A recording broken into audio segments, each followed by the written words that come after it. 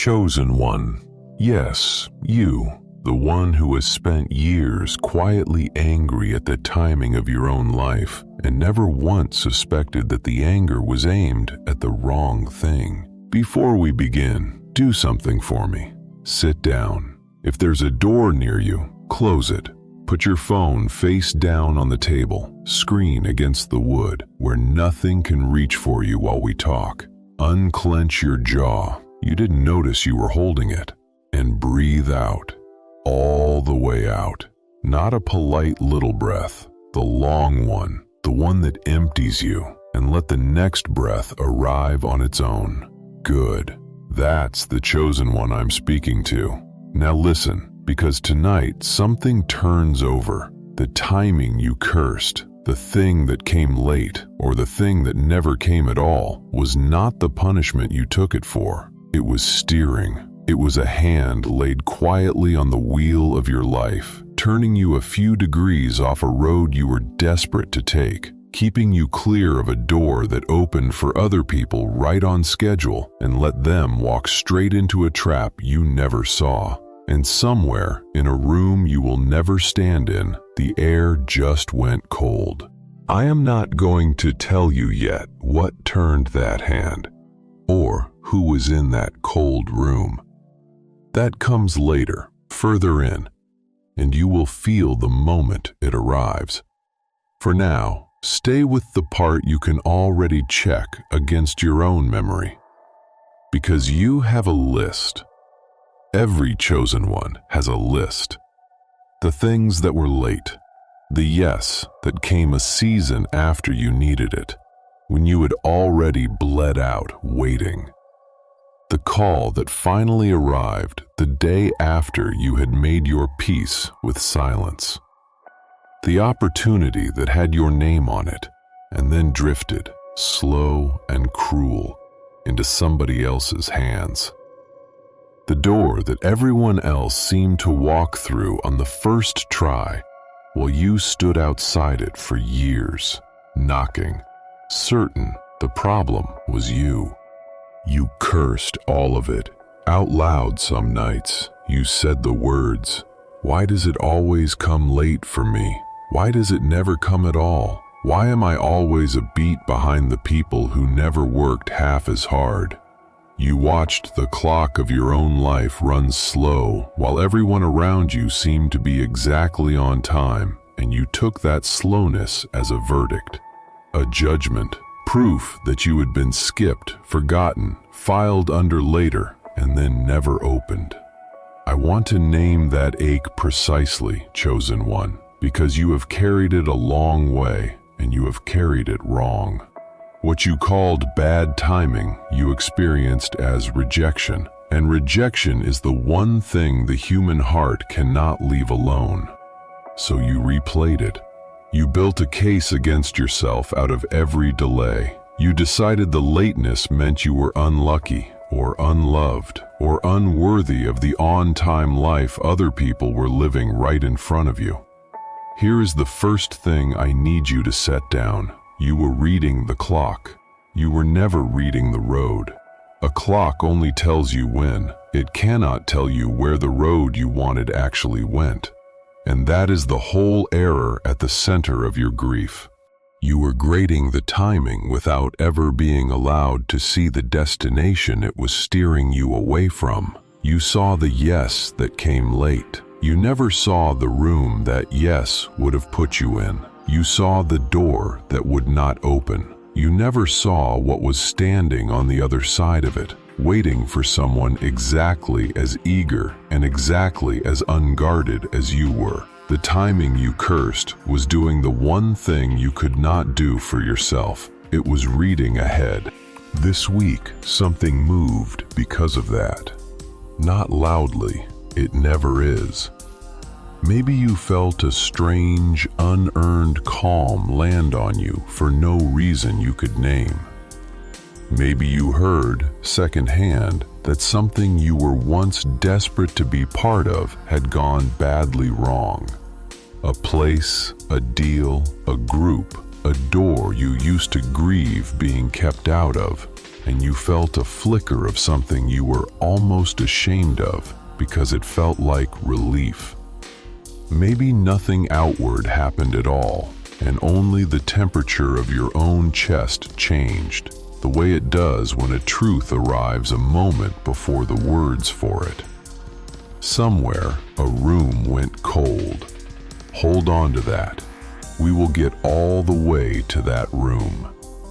But first, chosen one, let me put something down for you, plainly, before we go any deeper. No, you were not skipped. No, you were not forgotten. No, you were not too slow, and you did not miss your window. The window you think you missed opened onto a fall. What felt like being left behind was being held back the way a hand comes across your chest in a stopped car when the driver in front of you does something you had not yet seen. You called it delay. It was a hand across your chest. If this is landing where it's supposed to land, chosen one, do one small thing. Tap the like and subscribe.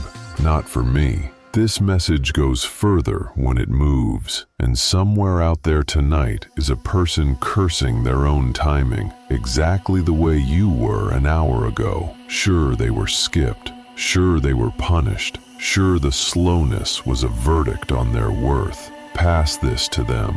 Let it reach the next chosen one who needs it. That's the whole mission. Pay it forward. Now, let me tell you what was actually happening in all those years you thought your clock was broken. The delays were not empty. That is the thing you could never see from inside them. When a thing comes late, it feels like nothing is happening, like time is simply passing you by while it rushes everyone else along.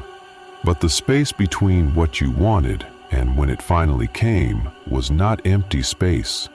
It was working space. It was the exact number of days it took for a door to close somewhere ahead of you, so that by the time you arrived, the trap you would have run into had already sprung on someone else. And the only thing left on that road was the quiet. You did not hear the trap spring. You were not meant to. You were meant to arrive after, when the danger had already spent itself, and mistake the calm for an ordinary day. Here's the line the on-time people cannot say out loud. Being early was never a blessing. It only looked like one from where you were standing, outside, cursing the lock. So let me tell you what has actually been steering the clock. 12 pieces, one at a time. Slowly, in order, until you can see the whole machine. But before I name the pieces, this is the part of the room where it thins out. Some of you came here out of curiosity. You saw the title, you felt a small pull, you clicked. There's no judgment in that. But right around now, the merely curious start to drift. They came for a mood, and this is about to stop being a mood and become specific. And specific is uncomfortable when it is not about you. So they will go looking for the next voice, the next promise. Let them go. This was never built to hold everyone. The ones this was made for are doing the opposite. You got quieter. Something in your chest went still, the way it does when a stranger says your own private thought out loud. You are already thinking about a specific delay, a specific door, a specific late thing you have never forgiven. If that is you, chosen one, do this one thing. Go down to the comments and drop the number 999. Just that. Not for luck, not because it is trending. 999 is the number of a thing completing, an angel number for the end of a long cycle, the last turn before a new one begins. And that is exactly where you are standing tonight, at the end of the story you told yourself about your own timing. Drop it as a signal, plain and simple. that you are locked in and you intend to hear this all the way through. Consider it a hand raised in a quiet room. I will see it. Others will see it, and they will know they are not the only ones sitting with this tonight. And while you are there, the like and the subscribe keep this reaching the people who need it. Here is what comes next. Not more feeling. 12 pieces, laid out in order, precise and step by step, showing you exactly what the timing was steering you away from, why it had to come late, and why the room went cold the moment they understood what being early actually cost them. Number 1. The door that opened on time. What arrives right on schedule is not always what you wanted. Sometimes it is only what was waiting for you. Start with the thing you grieved most. The one door that opened easily for someone else at the exact moment they reached for it, while you stood outside a door that would not budge, no matter how you pushed. You watched them walk through, on time, smiling, and you felt the whole unfairness of the world land on your shoulders. Why them? Why now? Why not me? Here is what you could not see from the outside. A door that opens the instant you push it is not proof the room is good. It is only proof the room was empty and waiting. Some rooms stand open precisely because nothing worth guarding is inside them. The best things in a life are almost never behind the door that swings wide on the first touch. They are behind the one that makes you wait, because the waiting is part of what makes you fit to enter. You thought the easy door was the reward and the stuck door was the punishment. It was the reverse, chosen one. The easy door was the bait. Imagine this: a long hallway of doors, and behind most of them, ordinary rooms. But one door stands slightly open, warm light spilling out, everything about it inviting, and it opens for anyone who so much as breathes on it. People pour through it, delighted at how easy it was, congratulating themselves on their timing. What none of them can see from the hallway is that the floor on the other side is gone. The room is a shaft. The light was a lure, hung there precisely because a lit, open, effortless door is the one thing a tired traveler will never think to question. And down the hall, a chosen one stands at a heavy door that will not move, cursing it, never once thanking it for the fact that they are still standing on solid floor. That heavy door was not rejecting you. It was refusing to let you fall. You might wonder why nobody warns the ones pouring through the open door. Because the open door is designed to feel like being chosen. It flatters the exact hunger that makes a person careless.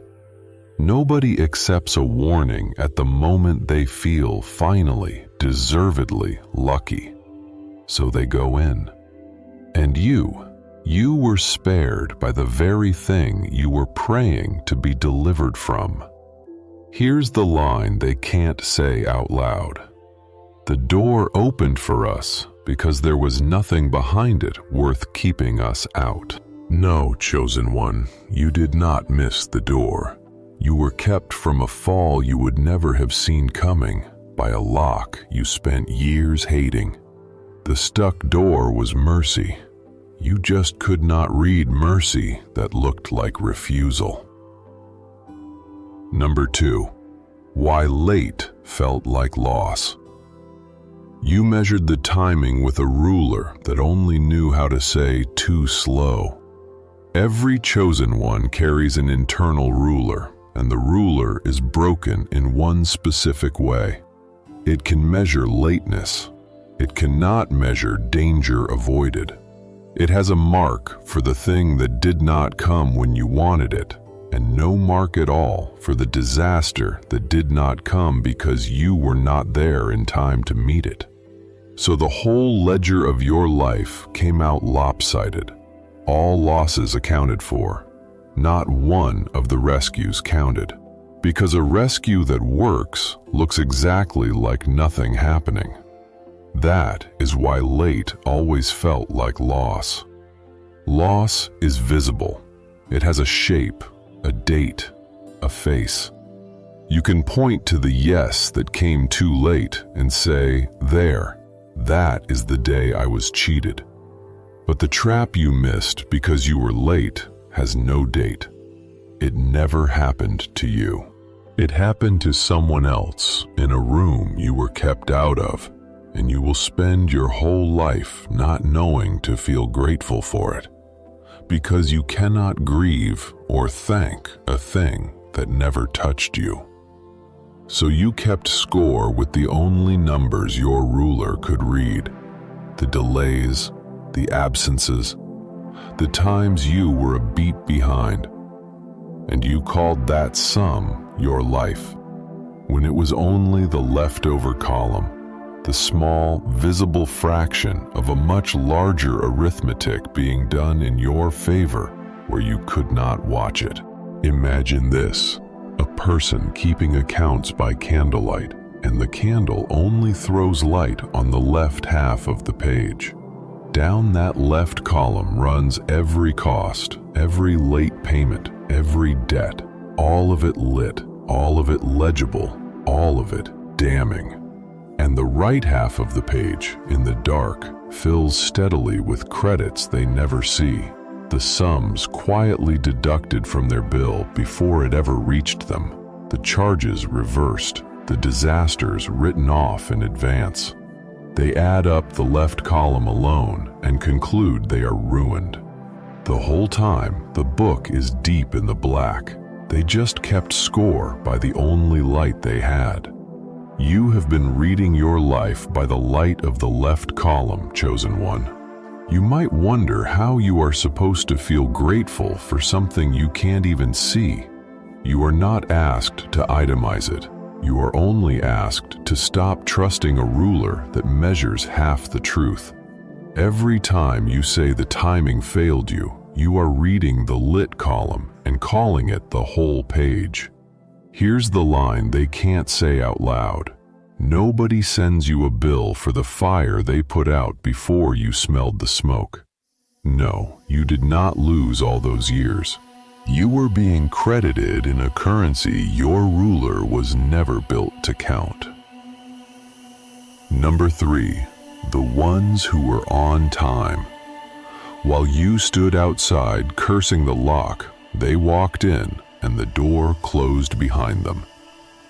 Now we come to the ones you envied.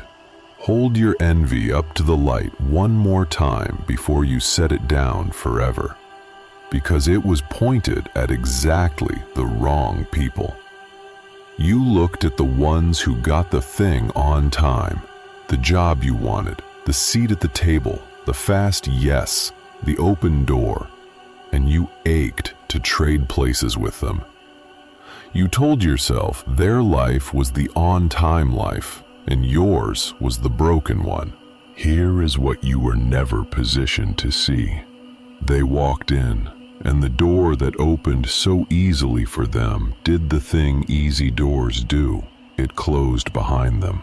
And the room they were so lucky to enter on time turned out to be the room you spent years being steered away from, one delay at a time.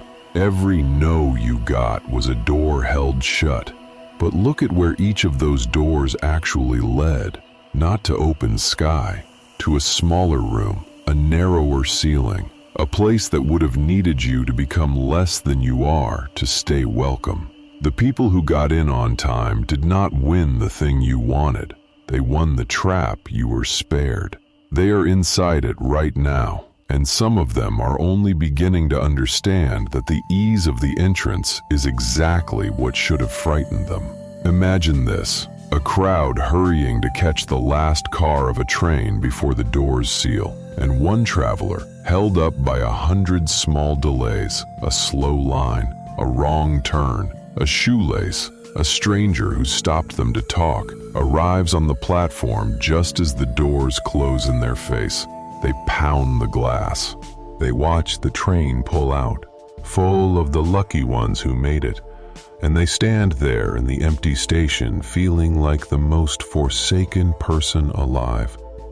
And it is only much later, when the news comes back about where that train went, that they understand the delays that made them miss it were not obstacles. They were hands.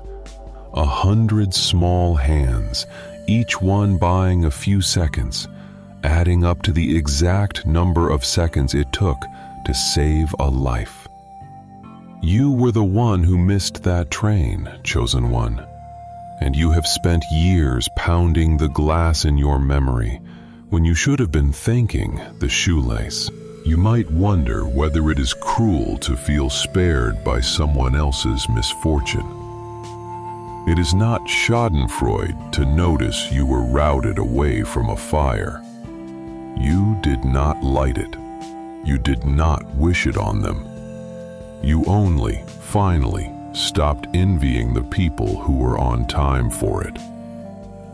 Here's the line they can't say out loud. We got in before you. That was never the same as getting the better thing. No, you were not left on the platform because you were unwanted. You were held on the platform because you were needed somewhere the train was not going. Number 4. The clock was never broken.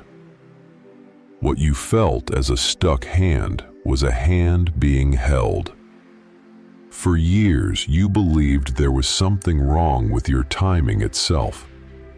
Not this delay or that one, the whole mechanism. You decided your clock ran slow, that some flaw in you made everything arrive late, that other people had a working sense of timing, and you had been handed a broken one at birth. You built a quiet shame around it. You were always the last to know, the last to arrive, the last to get the thing everyone else already has. Set that shame down, because the clock was never broken. A clock that runs slow is random. It loses time everywhere, evenly, on everything. Yours never did that. Yours ran slow only in the exact places where speed would have hurt you, and it kept perfect time everywhere it was safe. That is not a broken clock. That is a governed one. A clock that is broken loses minutes at random. A clock that is held loses them on purpose, precisely, only where the losing protects the one reading it. And before we go any deeper, chosen one, do one small thing. If this is landing where it was meant to land, drop 999 in the comments. Not for me, but as a quiet hand raised in a crowded room. A way of saying, I am here. I am one of the ones this was written for. 999, the number of a cycle finishing, a season closing on time, a thing completed. Leave it below, and let the next chosen one see they are not the only one who stayed. Look back at the pattern with that in mind. You were not late for everything. You were late for the specific things that would have cost you had you been on time. And you were exactly on time, again and again, for the things that mattered. The person you were meant to meet, the room you were meant to be standing in, the moment you were meant to be ready for. Nobody notices being on time. It feels like nothing. So you filed all your on-time arrivals under ordinary and remembered only the delays and concluded the whole instrument was defective. Imagine this, a pocket watch that seems to run slow, maddening its owner, always a few minutes behind the town clock, making them late for things they were sure they wanted to be early for. Until one day, the town clock is wrong, catastrophically, and everyone who trusted it walks into a scheduled disaster on time. And the one with the slow watch arrives after it is over, safe, baffled, alive. The watch was never broken. Someone had set it, deliberately, a few minutes behind the world for exactly this. The owner spent years resenting the one instrument in their life that was actually keeping the true time.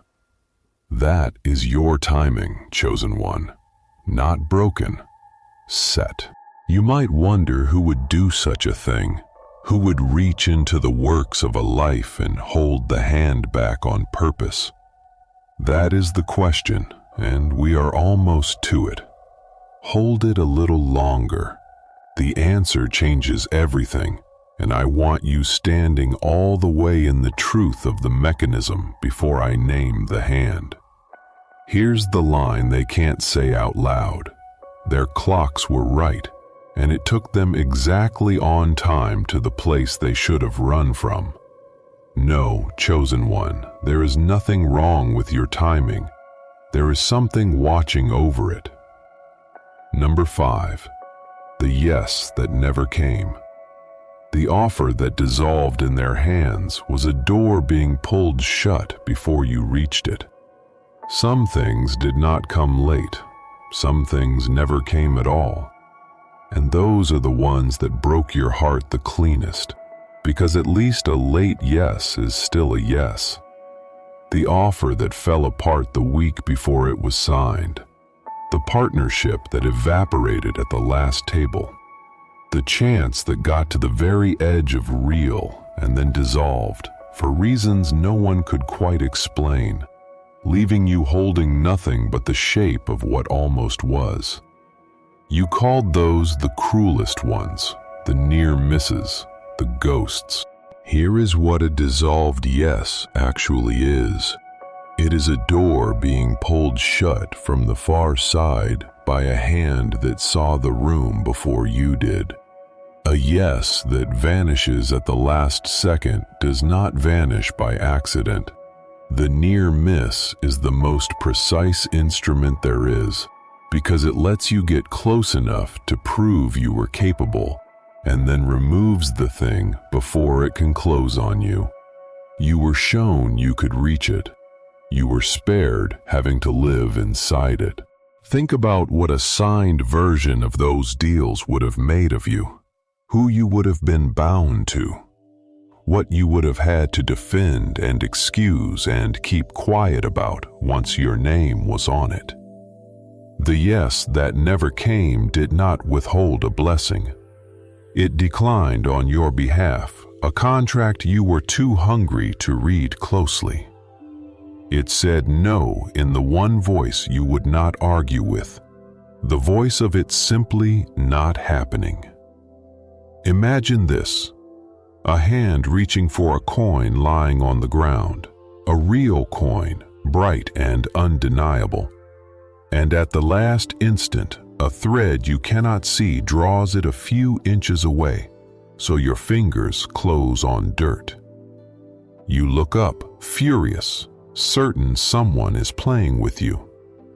But there is no one there to see, and the coin, had you picked it up, was the bait on a plate wired to fall the moment weight left it. The unseen thread that pulled your prize away was the only reason the plate stayed up. You cursed the empty hand. The empty hand was the whole rescue. You have a fistful of those empty hands in your past, chosen one. Every one of them kept a plate from falling. You might wonder why it had to hurt so much, why you were allowed to want the thing so badly if you were never meant to have it. Because a warning you could argue with, you would have argued with. The only no you would truly accept was the one that felt like loss. So it was given to you as loss, because loss was the one language your hunger could not talk its way past. Here's the line they can't say out loud. It came apart in our hands, not theirs, and we never understood why the thing we built kept refusing to hold. No, the yes was not stolen from you. It was intercepted before it could become the thing that owned you. Number 6. The friends who drifted. The people who left on time left before the room they were leading you toward. Not all timing is about doors and deals. Some of it is about people. And this is the one that sat closest to the bone, so I will go slowly.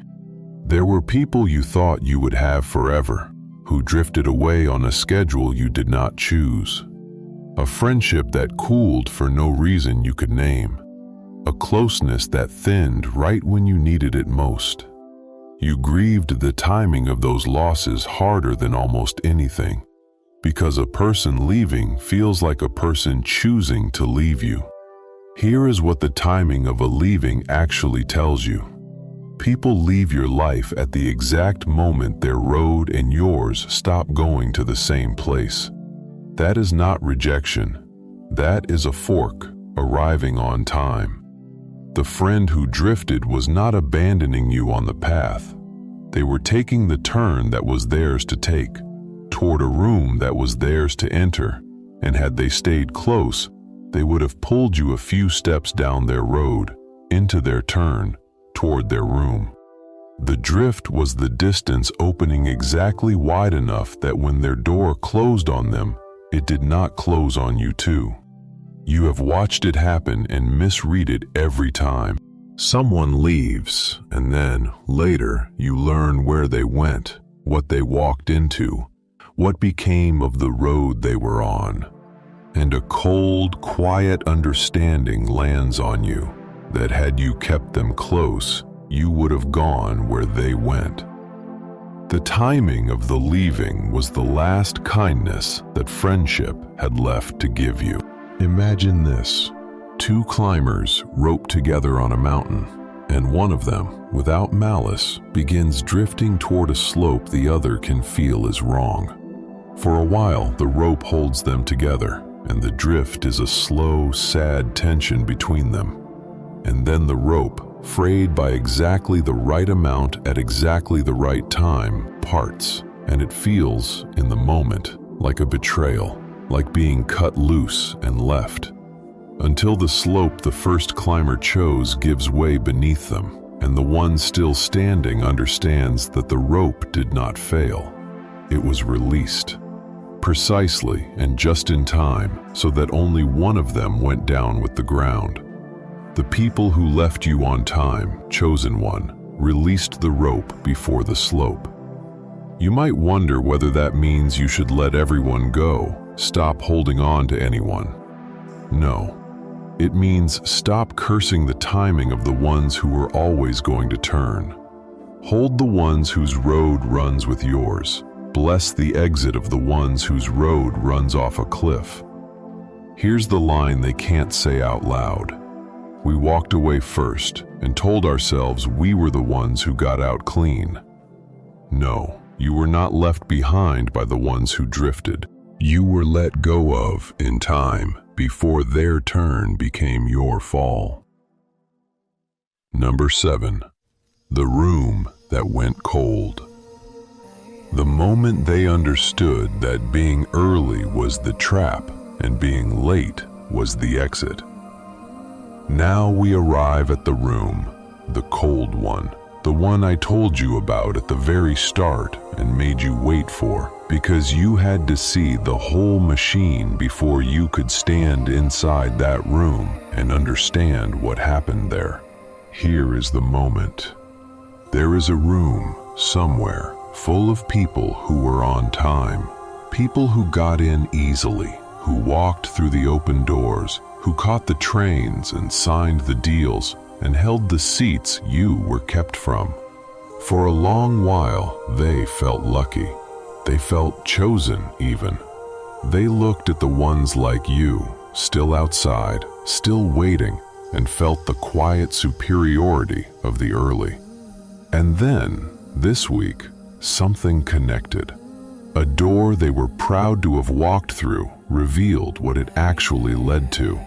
And in one breath, all of it re-understood itself. Every easy yes turned into a lure. Every fast door turned into a mouth.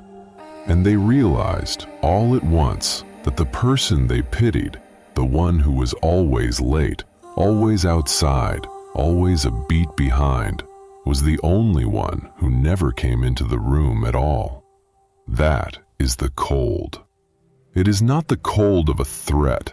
It is the cold of a calculation reversing.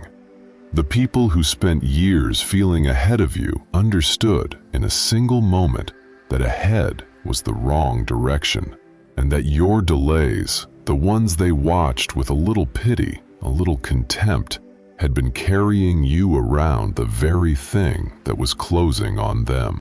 Imagine this, a great hall, warm and bright and full, everyone inside pleased to have made it in before the doors sealed for the night. And then someone notices there are no handles on the inside of the doors, and someone else notices the windows do not open. And a third person remembers, with a sudden sick clarity, the strange fellow out on the road who kept getting held up, who never quite made it to the hall, who they had all agreed was unlucky. And the warmth of the hall turns in an instant to the specific chill of understanding that the locked in are not the fortunate ones, and the one left out on the road under the open sky was never behind them at all. He was free, and the room where that thought lands goes cold all at once and stays cold. That is the room, chosen one. That is this week. You might wonder whether you are supposed to gloat now, to enjoy the cold in that room. You are not. You do not have to. The cold is not yours to inflict or to celebrate. It is simply the temperature of the truth arriving in a place it is not welcome. You were never fighting those people. You were only, quietly, being steered around the door they ran to. Here's the line they can't say out loud. The one we felt sorry for was the only one of us still standing outside when the door locked. No, chosen one, you were not the unlucky one in that story. You were the one the story was protecting the whole time, and the room only just found out. Number 8. The trap has a shape now. What you were steered around has finally shown its outline to the ones inside it. For a long time, the trap you avoided had no shape, because a trap you never entered leaves no memory. You cannot picture the disaster that did not happen to you. That is the strange poverty of being saved. You were given nothing to look at, no wreckage, no scar. Only an ordinary life that feels, if anything, a little empty of the drama everyone else seems to have. But now the shape is filling in, chosen one, drawn for you by the outlines of the people who did walk in. You are starting to see what you missed, not because it happened to you, but because it is happening to them in plain view. The place you were kept out of is showing what it does to the ones it kept. The deal that dissolved in your hands is going sour in someone else's. The door you grieved is a story now, a cautionary one, and you are in the rare, quiet position of hearing that story as a bystander instead of living it as the subject. This is what the delays bought you, not just safety, but distance. The distance to watch the trap operate on someone else and finally understand with your own eyes the size of the thing you were carried around. The scale of what is happening inside the room tells you the scale of what you were spared. And the scale of what you were spared tells you exactly how much effort went into the steering. Imagine this: a traveler who took a long, frustrating detour around a mountain, adding days to their journey, grumbling the whole way about the wasted time. And when they finally round the far side and rejoin the main road, they come upon the aftermath of the rock slide that took the direct route, the very route they wanted, the one the delay denied them. They stand there looking at the place where the fast road used to be, and for the first time, the detour stops being a punishment and becomes the most fortunate wrong turn of their life. They can finally see the shape of the thing they were routed around because it is lying in the road in front of them, exactly where they would have been. You are rounding that far side now, chosen one. The shape is coming into view. You might wonder why you get to see it at all, why the trap is being revealed to you now instead of left forever invisible. Because you have grieved long enough, and the grief was built on not knowing. You needed, finally, to be shown the outline of what your timing was for, so you could stop cursing the detour and start trusting the hand that plotted it. Here's the line they can't say out loud: "The thing that got us is the thing they never let get to them." No, chosen one, your life is not emptier than theirs. It is missing exactly one thing: the wreckage. And you spent years mistaking the absence of wreckage for the absence of a story. Number 9. Their sleepless arithmetic. The ones who are on time are recounting the hours, and the numbers will not sit still.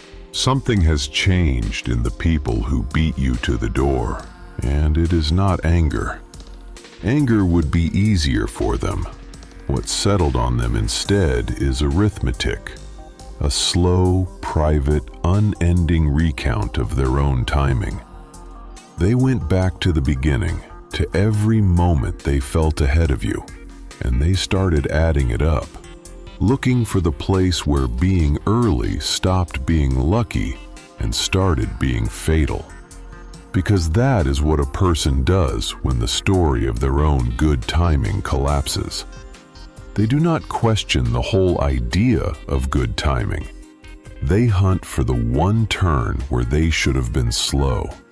They line up every fast yes, every easy door, every train they proudly caught, and they run the column again and again, certain that if they can just find the single moment they should have hesitated, the whole disaster will make sense and become their fault in a way they can fix. But it will not resolve, because there was never one moment. There was 1,000 small on-time arrivals, each one a step deeper in. None of them the mistake. All of them the mistake. Imagine this: a man who prided himself all his life on never being late, going back through his calendar at 3 in the morning, running his finger down years of appointments he made on time, deals he closed on schedule, doors he walked through at exactly the right hour, searching for the one entry that betrayed him. And every line reads correct, every meeting was kept, every arrival was punctual. And that is the horror of it. He cannot find the error, because the error was not a single late day. The error was the punctuality itself. He was on time for all of it, and all of it was the trap. And there is no single line to circle in red, because the whole ledger was written in the wrong ink.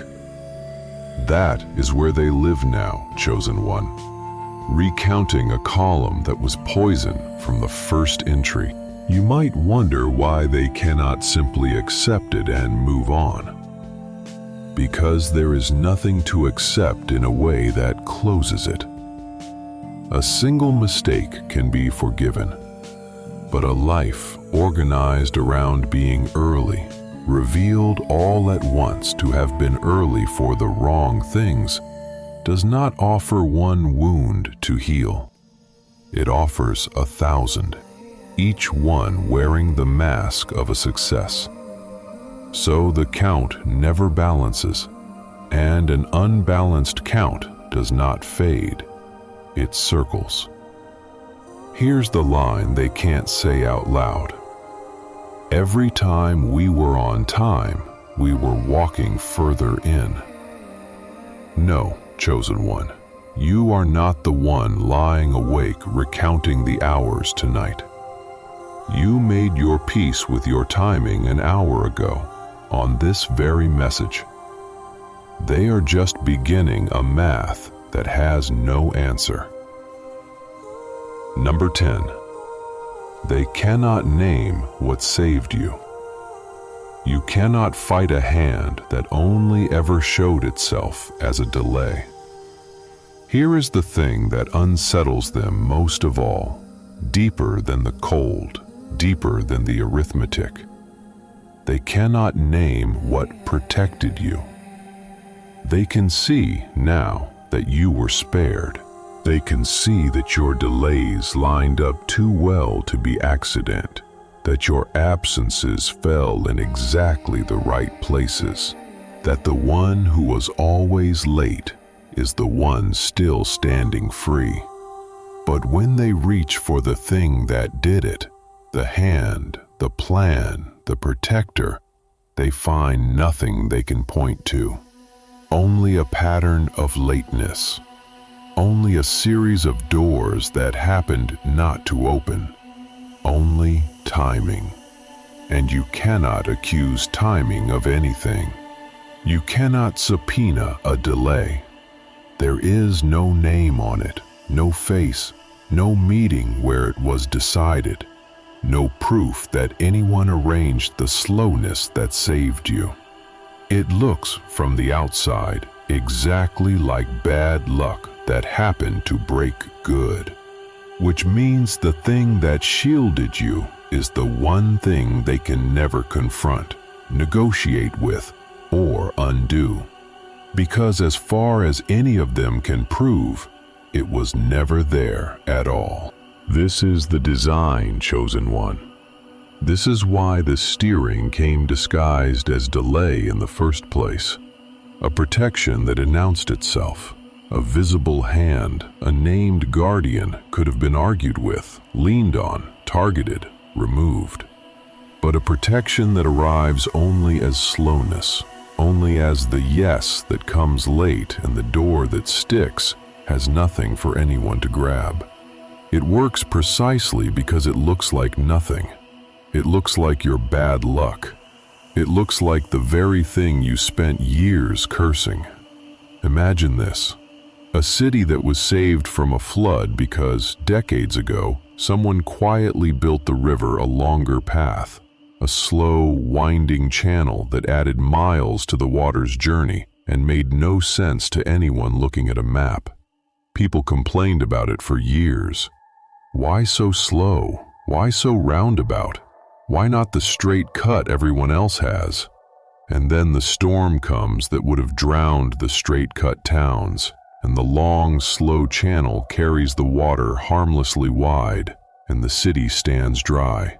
And when they go looking for who to thank, there is only the channel itself, no name, no monument, just a slowness in the landscape that everyone had cursed, and no one can now argue with, because it is already, silently, the reason they are alive. Your delays are that channel, chosen one. The long way around was the whole point. You might wonder whether you will ever get to know the name of the hand that held your clock.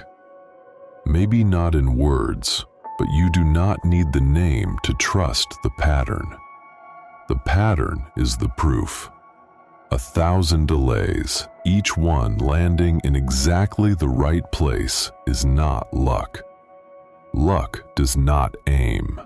Only care aims. Here's the line they can't say out loud. We can't fight it because all it ever did was make them a little late. No, chosen one, you were not merely lucky. You were steered by something that chose to look like nothing, so that nothing could ever be done to stop it. Number 11. You were never behind. You were on a clock they were never given. There is a posture you have been holding for years, and it is time to set it down for good. The posture of the one who is behind schedule, behind your peers, behind where you should be by now. You have measured your whole life against a clock everyone around you seemed to be reading, and you kept coming up late by that clock, and you carried the shame of the perpetually behind. But you were never reading the same clock. That is the thing. You were on a different one entirely, a slower, truer, protected one, set deliberately behind the world's clock for exactly the reasons we have spent this whole hour uncovering. Measured against your own clock, you were never late a single day in your life. You arrived at every real thing exactly on time. It was only when you held your clock up against theirs, the fast one, the one that ran everyone straight into the room that went cold, that you looked slow. You were comparing a timepiece that was keeping you alive to timepieces that were running their owners off a cliff, and you envied the ones running fast. Stop reading the world's clock, chosen one. It was never yours, and it was never right. It kept perfect time to a schedule of traps. Imagine this: 2 runners, and one of them is held at the start by a hand on the shoulder, made to wait while the other sprints ahead, and the held one burns with the shame of it, watching the gap grow, certain they have lost the race before it began. And then the one who sprinted ahead runs full speed into the thing on the course that the delay was waiting out, the gate that had to close, the danger that had to pass. And the hand lifts from the held runner's shoulder at the exact moment the course is finally clear, and they run it clean, unhurried, whole.